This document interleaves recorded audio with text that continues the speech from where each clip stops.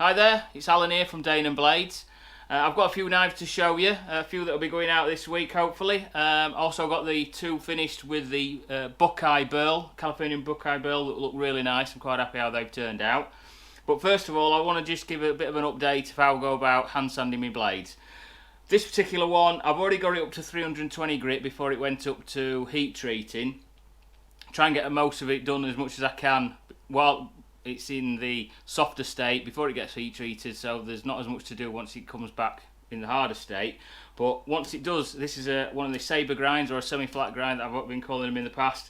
What I'm going to be doing is starting off with the 320 grit stone. So these polishing stones have been shown to us by Tony Mason by Mason Bushcraft Knives.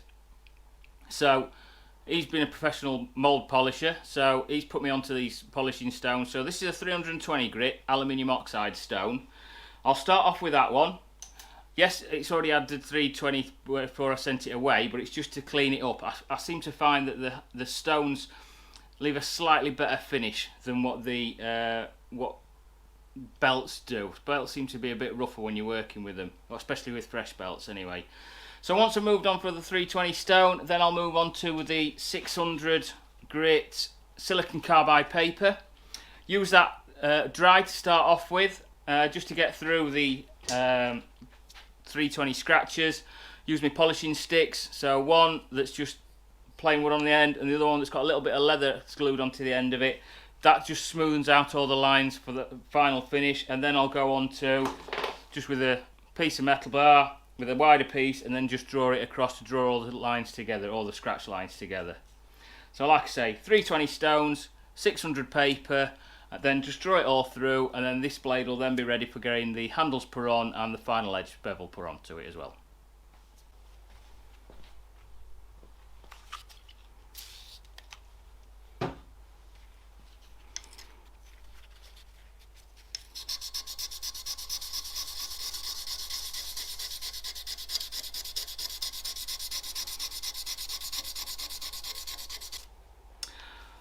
Right, so that's gone over with a 320 stone. That's done and dusted with that. Next job, just give it a bit of a wipe down with some, I use a bit of brake cleaner, it just gets rid of all the lube. It's just stuff that's similar to WD-40, so I'll get rid of that. And the next job is to go on to the 600 grit paper. Get a piece of this off. So, that's roll stick. So there we go, it's the one without the leather on. Just fold it over onto the end and then just work it up just to get all the 320 scratches out. Forgot a bit first, because I've got the line there that I need to get scratch marks out of, so just tuck it on. This is the one with a bit of leather on it. Tuck it over. I always take it this way first, it just helps to get rid of these scratches on the line for end of blade.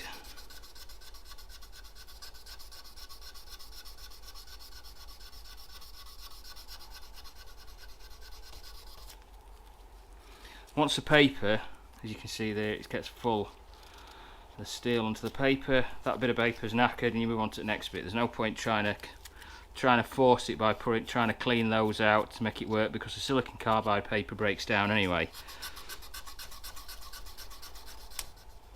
There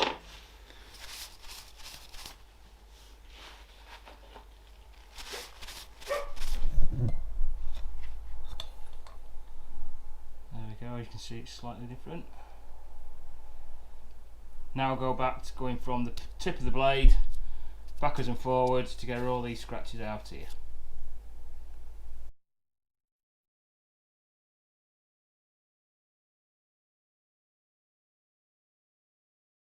Right, so that's those two stages out of the way, the 320 stone and the 600 grit.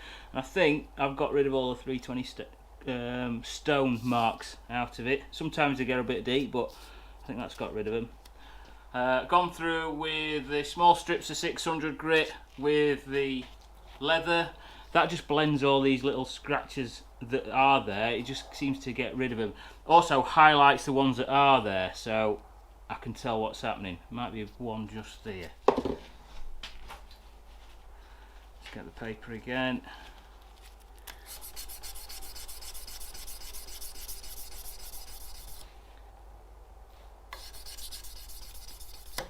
Always handy having the light there so you can just move your head about and you can see the scratches if they're there or not.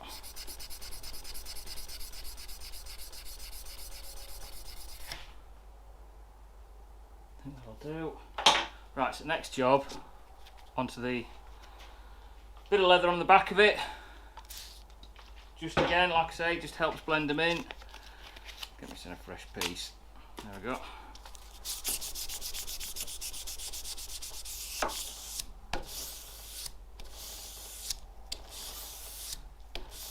Taking it all in one direction.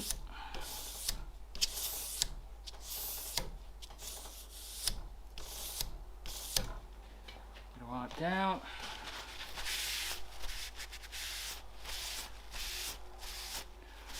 Try not to go too crazy at this stage because I've still got to put the handle on and I've still got to put the final bevel on. So I might end up scratching it again while I'm just sorting things out. So it's just to make sure that it's all about right. Yeah, that'll do.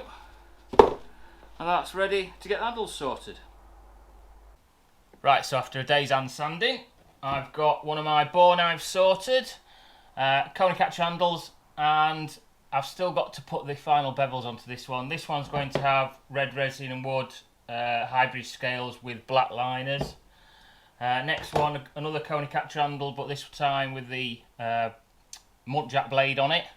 Only 2mm steel, so this is only a little tiny knife, or thin light knife. This one's going to have the G10, orange G10 with the yellow G10 liners on it. So that's that sorted. Next pair is going to be a row stalker and a zipper. These ones are going to have row pins on, and it's got to have, well, they're going to have the Marley Burl with emerald green resin on those. So those are going to be an matching pair. Next one, this one I've got a bit of a different plan with this one. I'm going to try and get it painted up, so probably get it cerakoted. Got to go in black, so I've taken it down. I've polished it down quite a bit because I don't want any scratches to come through once it is painted. Hopefully get that one sent away and sorted, and then it's got the full flat on, so I'll get my logo laser etched onto it and possibly another logo on the opposite side as well. This one is going to have some blue Kirinite with a combination of white and yellow, so hopefully that one should get, you'll see that one sometime in the future. So a few knives I've got going out this week, so starting off with row stalker. This one has got, I don't know if it'll show up much, hopefully it does. So roebuck pins on it, stainless roebuck pins, but it's also got Californian Buckeye Burl that's been stabilised, and also a little bit of gold resin has been added to it as well. Black liners. The sheath is a classic, but it's got a plastic liner to go over the blade in it. So that one's ready to go. Another Buckeye Burl. Again with some little bits of gold resin on it, just to fill the gaps up. Mosaic pins, so matching mosaic pins for the actual main pins, but also one for the lanyard tube as well. This one's got glow-in-the-dark liners, so I'll try and get a little bit of a little bit of film of the liners glowing up. So that's that one. And classic sheath for the Mulgrave. Next one, Follow Stalker. Black and green G10, again with glow-in-the-dark liners, but these are slightly more green. I think there's neon green liners, but again Kirinite liners. This one's got the stainless fallow pins on it. I don't know if you can see them if they're shining up a bit too much with the light on it. But that's ready to go out. And then the last one that I've got is a little coney catcher. Oh, sorry, a coney. Not coney catcher, a coney. Again, pins on it, just the old pin styles. Scandinavian grind on it, but I've made a hybrid sheath for this one. So black hybrid sheath, black Kydex liner, the brass Corby bolts on there. Not Corby bolts, sorry, Chicago screws.